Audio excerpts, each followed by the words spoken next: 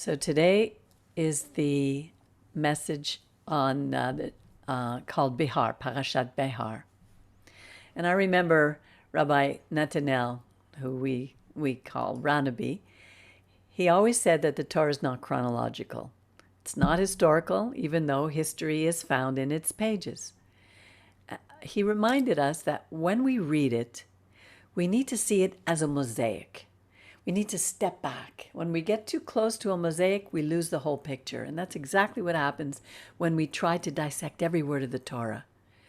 Now, we may think, who are we to read and understand the Torah without looking at it through the years of study of our sages and all the theologians? But remember who our Creator chose. At Mount Sinai, he spoke to the simplest of people, the humblest of people. They were slaves. They had just left Egypt. And this beautiful portion speaks of many things such as Shabbat, the Shabbat year of the land, the Yovel, the Jubilee, the sounding of the shofar, the redemption, how we treat our fellow man, how to dwell securely in our land. But what's the common denominator in all this that he's telling us? And how can we see it through the eyes of this beautiful mosaic without getting lost in the details? For me, the bottom line of this whole portion is 5 letters, the word trust. Now, Rab Shaul told us in the book of Ephesians that faith, which is emunah, is a gift from God, so that no one can boast. That means every single one of us has faith. But it depends upon whom and what we place that faith that leads us to life. God always says, choose life. The difficult part on our journey through this life is turning that faith into trust, into bitachon. And that is exactly what the Shnat Shemitah, the sabbatical year for the land, in this portion is all about. Now, this would be one of the many opportunities for our people to learn to trust God. We were to allow the land to lie fallow for 1 full year every 7 years. Was it simply to replenish the minerals in the land so that our food would be healthier? Well, couldn't that have been accomplished by simple crop rotation? So it has a bigger meaning here. What is God trying to teach us? Well, during that 7th year, we were not to harvest the produce of the land. We had to leave the land alone, to have its solemn rest. Then in the 8th year, we could plant again. But that meant we would have to wait another year without fresh produce. What would we eat? How would we sustain ourselves? Leviticus 25:20 tells us the answer. And if you shall say, what shall we eat in the 7th year? Behold, we may not sow, nor gather in our increase. Then I will command my blessing upon you in the 6th year, and it shall bring forth produce for 3 years. The Creator promised to sustain us and to provide for us during those 3 years, and all we needed to do was to trust him. Over the years, the rabbis have come up with their own ways of solving this issue, which didn't include trusting their Creator. Rather, the Jews could sell their land for that year of Shemitah to a Gentile, who would then sell it back to them.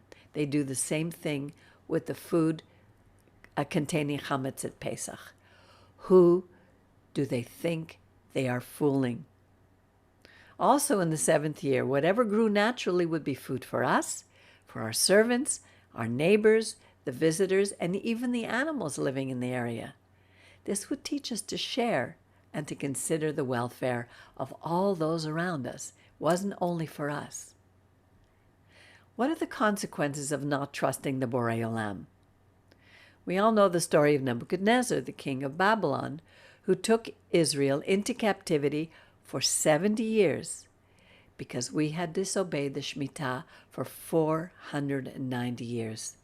His land finally got its rest. It's important to know that the land does not belong to us. It belongs to God. We are simply its caretakers, as Adam was in Gan Eden in the Garden of Eden, and we are of our beautiful planet Earth.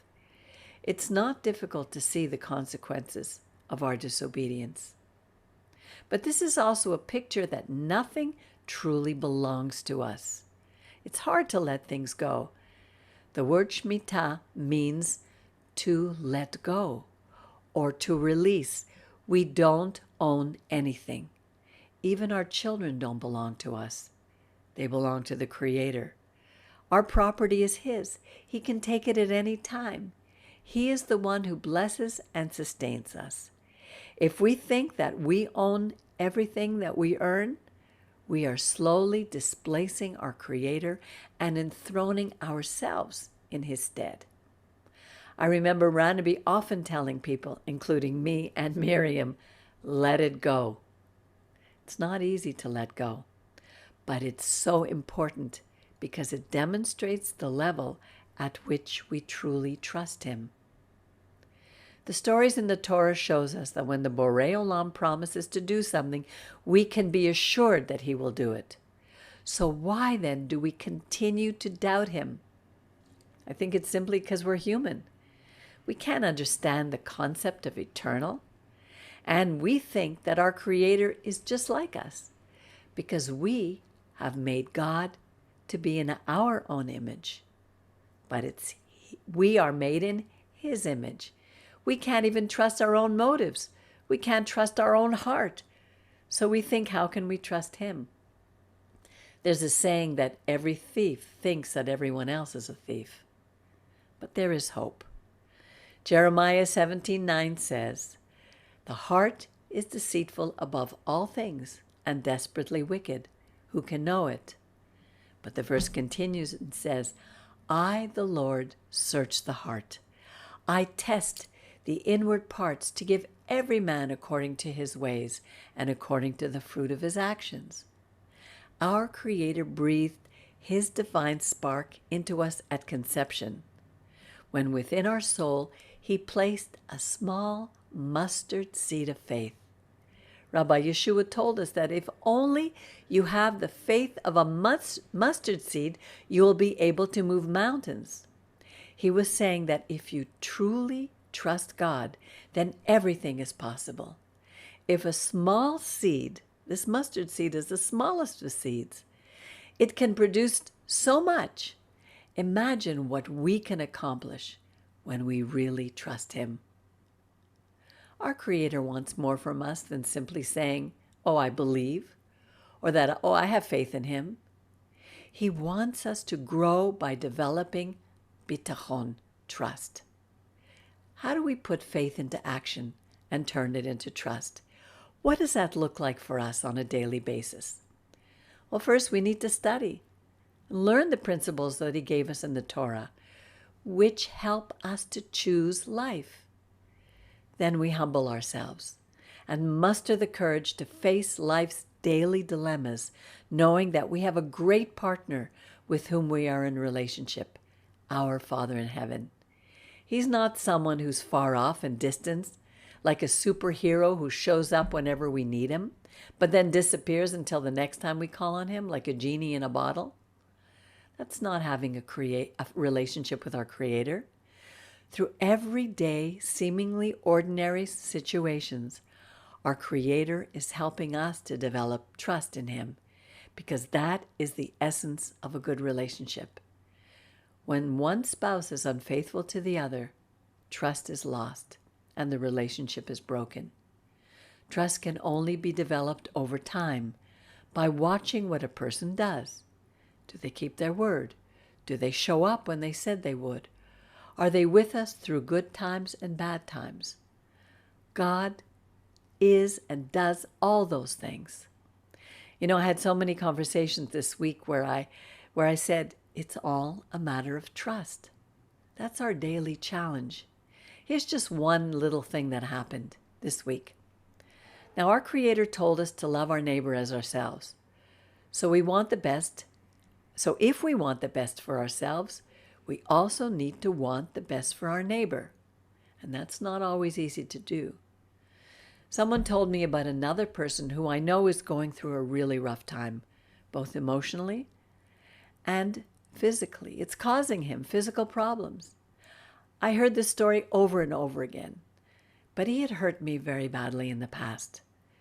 So I thought I had to deal with it, that I had to let it go. But there are many layers to letting go. And I was so tired that I blurted out, "I don't care. I don't want to hear about it." Immediately, the words resounded in my head, and I was convicted.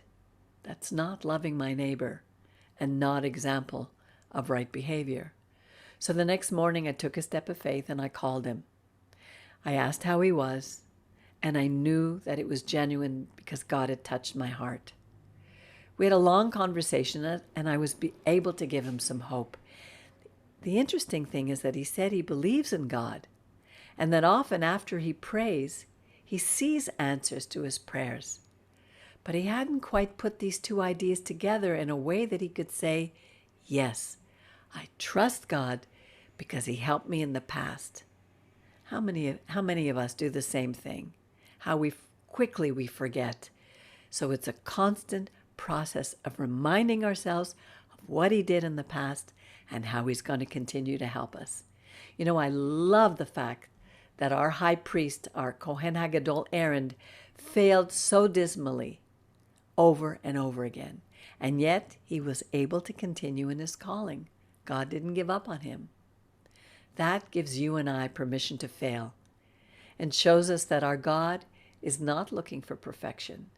He is the God of beginning again, so that when we fail, and fail we will, we can pick ourselves up, we can brush ourselves off, and we can start all over again. Actually, we don't start all over again. We're always at a higher level. It takes time to heal and to change our paradigms, and that's done when we don't give up, when we don't run away, but when we face each challenge as it comes. We need to stop and rejoice over our small victories. And especially, we need to give thanks to God for his faithfulness. We can also thank ourselves because we mustered the courage to take one step of faith that leads us to trust. In Proverbs 3, verses 5 to 6, it says, "Trust in the Lord with all your heart. Do not lean on your own understanding. In all your ways acknowledge him, and he will direct your paths." We can trust him for that. Shabbat Shalom.